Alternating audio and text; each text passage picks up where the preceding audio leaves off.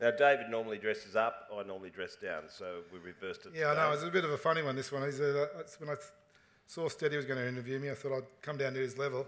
And then after the couple of days that I've had, I actually said to myself, do you reckon I can get out of this? And then I looked at the fact that Steady spends 300 million with us. So I thought that was even harder. So you only want me for my money? Yeah, I like you a lot, mate, but the money's nice as well. Yeah. Well, we're on the cricket, David. Yep. Firstly, congratulations on securing the rights again.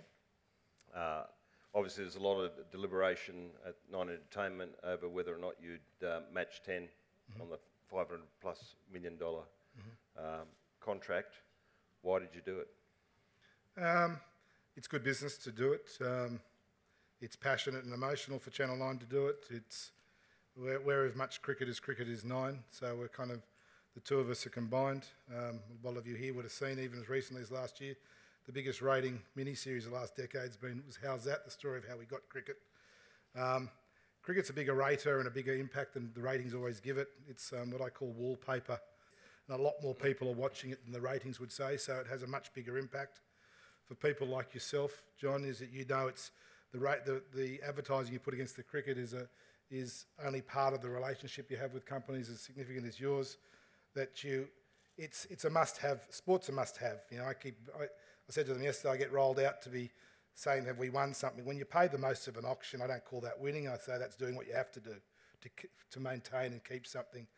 But sport and free-to-air sport, news and current affairs and local production is going to what defines television in Australia and mostly around the world.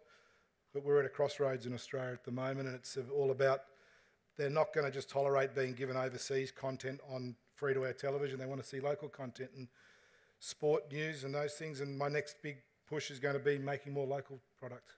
I think it's the first time a free-to-air broadcaster has actually secured the digital rights for a major sporting event. Yeah, we've partnered with Cricket Australia, where they're going to put a significant investment in where their sales, marketing and integration arm. The way we look at it is that it's a better selling process with the conversations we have with advertisers when we go to them, and we can also give them all the digital links and interactions, and the amount of money that Cricket Australia is committed to it from a long-term point of view is significant, to say the least. And you can see where they're going with it. All sporting bodies are looking to how vertically they can go to the consumer. The anti-siphon list is something that free-to-air networks have stood behind, and it's good for the Australian public, but they're always looking at ways of actually getting higher rates, sporting bodies. So that's, this is their long-term plan. The fact for us over the next 5 years, we'll write significantly more ad revenue into the broadcast, but equally into the digital side, because we keep 100% of all the revenue and of all we share the data together, which for those of you who know it infinitely better than I would, data is incredibly important. I guess it's the new world versus the old world now, in that sense. Yeah, it is. But the TV sets is still being the most sought after device in the house, and if you're making enough noise and you're in the house for free, you're still going to be, you just got to be good. You just got to be good. If you're no good, you get the ratings that some of our competitors have been getting. If you're good, you get some ratings like The Voice and My Kitchen Rules and those things have been getting. And so you just got to be good enough. You're in the house. They want to watch television, whether they're on PlayStations or they're downloading things. If you're good enough, they'll come and watch you. So the ball's well and truly in the creative's court, which is, I think, the exciting part of the business. Well, you've been through a pretty stressful time over the last probably week or so, and I from what you said before, you spent the weekend in the headquarters in terms of putting this deal together. You obviously went through a stressful time too with the refinancing of the Nine Entertainment Group back last year. How did you manage that stress during that point in time, and what was your leadership style like during that period of restructuring? Well, you'd like to think you understand your leadership style. What my perception of my leadership style is that I don't want to give up, and I'm pretty passionate and emotional about driving our business forward. And I kind of think that can be dangerous. I think if you're in certain businesses, but you're in a business which is a touchy-feely, instinctive business, being passionate and emotional about your people, your product, I think is the most important thing. Yes, stress is, my wife would probably give you a different interpretation of what they think my stress is. That, I do worry about Channel 9 24/7. It's something that's been part of my life my whole life, and when my dad started it. So I kind of, you know, I probably do things and say things and stand for things that maybe other CEOs wouldn't, because I'm not a career CEO. This is what I do. If I don't do this, I don't do much else. You know, I'm a television person. I'm not a digital guy, and I'm not a newspaper guy, and I'm not anything. What I see myself as is the TV guy. To contemplate letting a company that was making great money, that had the history of our brand and Channel 9, be put into bankruptcy because different two parties who didn't give a shit about it, really on a long-term basis, I wouldn't do that to my staff to start with.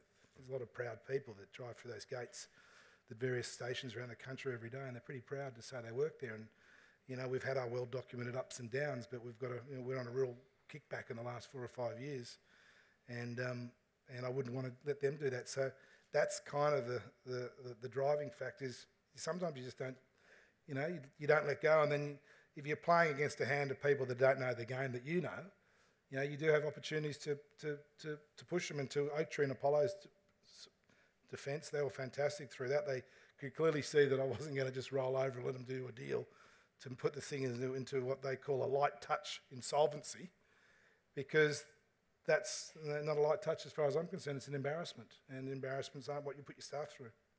And did you, the staff are obviously very important during that process in terms of security, etc.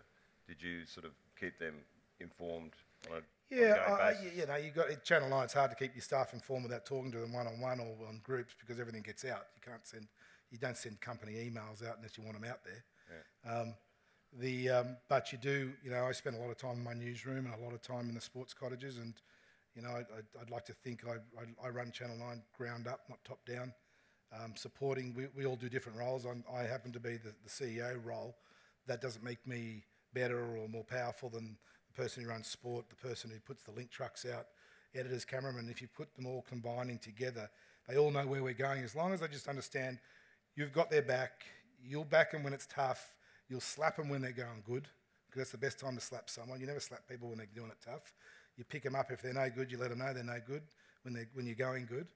And it's you know, I was actually taught a lot of it by Kerry Packer. He's every time you started to go well, you knew you were going to get kicked out of the park. You never went into a meeting happy. When you're doing it tough, you knew you were going to get a fair hearing. If you're doing it tough after he told you made a mistake, well, then that was a different situation. But I think that's just informing your staff and keeping them, you know, walking. We do a lot of senior people. I'd like to do a lot of walking around the building when they see you, and they just ask you a question. And it's a different management style. The world of bullying people and yelling at people. I'm not saying I'm not a yeller when I get the shits, but normally the person I'm yelling at is of a significant height in the company that they should cop it. But it's working with them and encouraging them and being frank with them is the best way of doing it, because good people will just get up and go, and building a great culture is really, really hard unless they know what you stand for, and then hopefully the rest of your management stands for. So I burr up a bit when I hear this blokey culture crap and bullying, because that's not Channel 9. It's not my style, and it's not Channel 9 style anymore. It was, but those days are gone a long time ago. Since the previous regime, you brought in a different sort of style culture to the business. Yeah, it's just more it's a more collaborative, and people do make mistakes, and you give feedback, and you don't bully, and you don't do those things. It's just people won't come and work for you anymore. Young people are always looking for something better. And so what you've got to do, sure, is to demonstrate to them there isn't anything better, and this is a good, tough, but fair business. We hardly even have an HR department at Channel 9. We've got one person that helps things. We don't have HR issues. We deal with it at the level of communication with people. And you're fair with people. And when people are doing it tough in their personal lives, that's the time you back them, and that's how you build continue a family company, and that's what I'd like to think we've got.